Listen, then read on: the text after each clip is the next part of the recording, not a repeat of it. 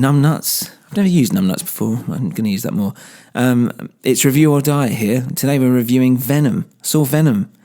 And you know what? It's not bad. I mean, it is bad. It's awful. But I really liked it in a awful kind of way. Now, let me explain that a bit more. I went in knowing that it didn't really get very good reviews. Also went in knowing that it was very popular in terms of box office. It made a lot of money. I like Tom Hardy. I like Michelle Williams. I like Riz Ahmed. And, you know, I thought that there was something there. And there was, and it was weird. I think the main problem is that it's kind of a film of two halves, which you could say about anything. But as in the first half, it's a very slow build-up, and I didn't mind that as much as other people, I think, would have. There's a lot of explaining Eddie, and they kind of set that up a lot. And I think it works in that sense. It's a bit too long. It's a bit too boring. And, you know, Venom doesn't really come in properly, you know, until a good chunk of time has passed. And they made me think there might be a budget reason, because some of the CG is pretty shit.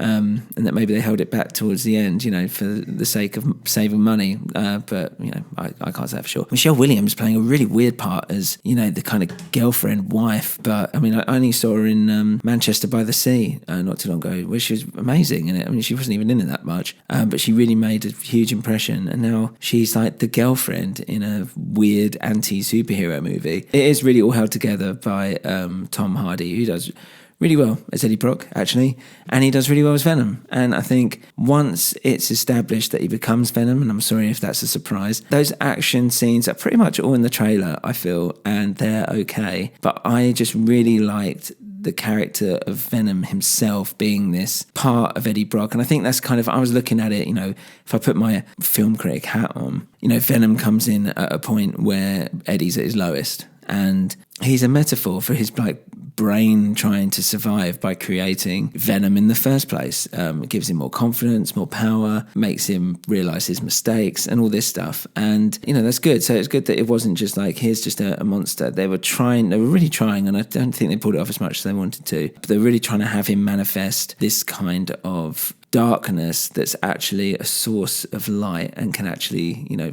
try and help him get through it. And at the same time, it's kind of mixed messages, because it's essentially trying to kill him at the same time. But I like the idea that it's almost his brain trying to sort itself out. Obviously, in a very literal sense, it's an alien symbiote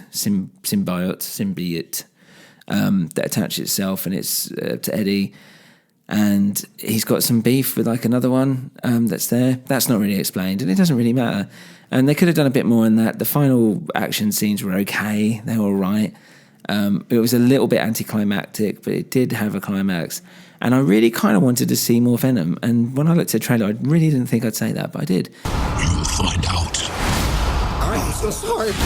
And the acting wasn't that bad. I mean, Tom Hardy was fine. They were all fine, just fine. But it was stupid. And it was 2 hours maybe, or whatever it was, of my life that I won't get back. But I just really wanted to sit down and watch a shit film. And that's what I got. And I've sometimes get that mood when you want to see a shit film, you sit down, you watch it, and you're like, that was worse than I thought, and I really feel like I've wasted that time. But with this, I was, you know, there's a couple of bits where I was laughing, I was enjoying it, I liked all that stuff. I felt like I could relate to Tom Hardy and him having all these problems. He was just a normal human trying to live life.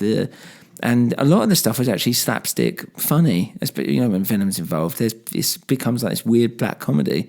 Yeah, so, you know, when I say go see it, yeah, don't, you know, buy it, wait for it to come on something, but it's worth seeing. And there's a good bit after the credits, well, kind of halfway through the credits, which I won't spoil anything, but it has my favourite character from the kind of Venom / Spider-Man universe, but even though there's no mention of Spider-Man in this film whatsoever, but it kind of nods to that direction, which is great. So that makes me excited for Venom 2. That's maybe the most excited I got about anything ever. And that includes, you know, the time that someone gave me their leg. I mean, it belonged on another body. And, you know, they didn't give it to me willingly. But anyway, watch Venom. It's, you know, it's all right.